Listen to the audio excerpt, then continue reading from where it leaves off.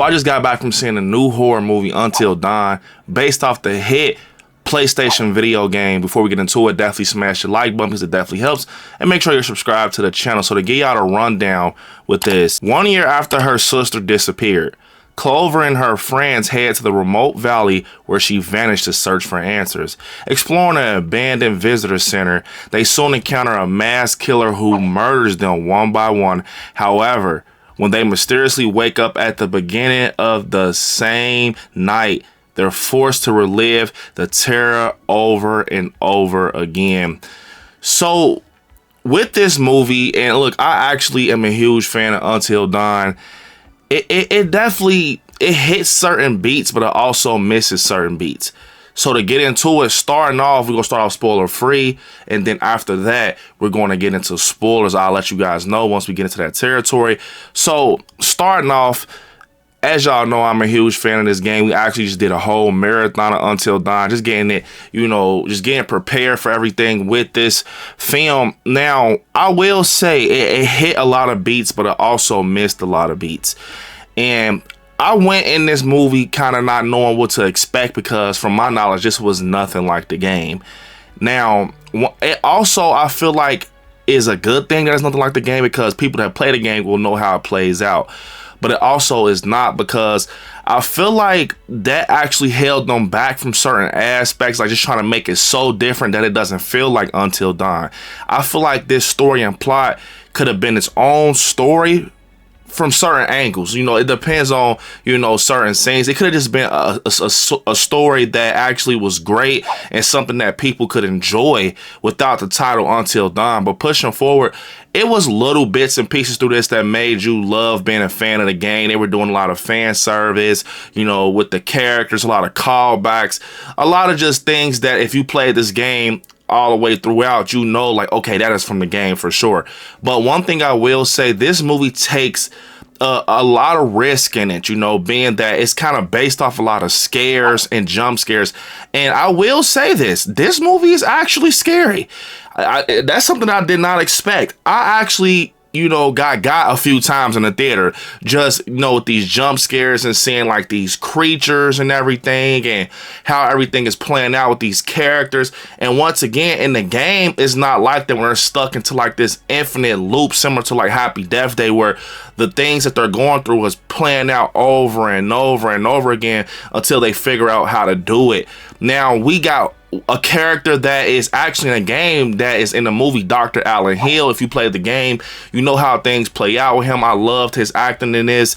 Pushing forward, I loved Clover. I loved all the actors for what they were trying to do. You know what I'm saying? I saw they were trying to do it. But one thing I will say, I don't feel like I was invested in these characters the way I was invested in the characters in the video game. I felt like it was just something with them where I feel like their chemistry was a little bit off on screen, but that's just me. They did have some great moments, some good dialogue, and it was some good energy there, but it just kind of didn't feel like the game. And that's not a bad thing because we already played the game throughout. We know how it is.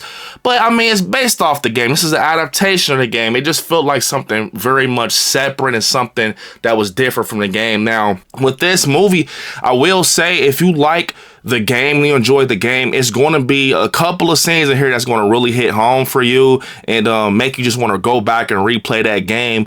But it feels fresh. It feels like something that, that's not a part of the game. It feels different. It feels new. It is definitely brutal. It has a lot of blood in it, shockingly. Like, it has a lot of blood in it. It's definitely brutal. A lot of the moments where people are getting killed actually was brutal. And the jump scares. It is so many jump scares in this. And you would think because it's so many jump scares, you'll be able to catch, them coming because they're coming left and right. But you don't catch them because they're so subtle. And then boom, they're in your face. So that was the thing that kept me invested in the film, to be honest. It wasn't even a story for real because the story was predictable once we found out what was going on with the whole plot about the infinite loop. You kind of start predicting things. But I think what kept me invested was like the kills, the brutalness, and just the cheesy moments with the characters where they kind of felt like they just were clueless in these scenes. But yeah, mainly it was just the jump scares and the brutalness that highlights this film for me. Also, just touching on just like, I liked how it looked. also, like, I just like the darkness of it. Then it's raining outside, it's like gloomy.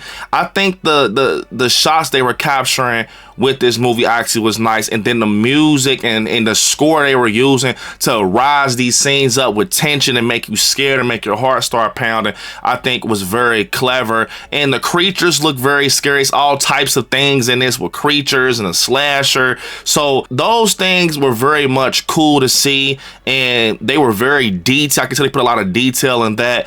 And like I said, you're going to get the Until Dawn feeling sometimes, but mainly it's going to feel like something new and fresh. So that's just mainly my spoiler-free thoughts on it. Now we're going to get into spoiler territory. So if you have not seen this, bust a U-turn once you see it and come back and visit this video. So to get into spoilers, I loved how they dug with the mind thing and everything, how they kind of brought that to life and showed that basically these characters were transitioning to the Wendigo eventually if they keep getting stuck into this loop. I think that was a very clever move to make, because in the game we know about the Wendigo and the mind and how everything happened where, you know, the town fell to the ground. Now we got these creatures coming out, going after these characters on their getaway and things like that.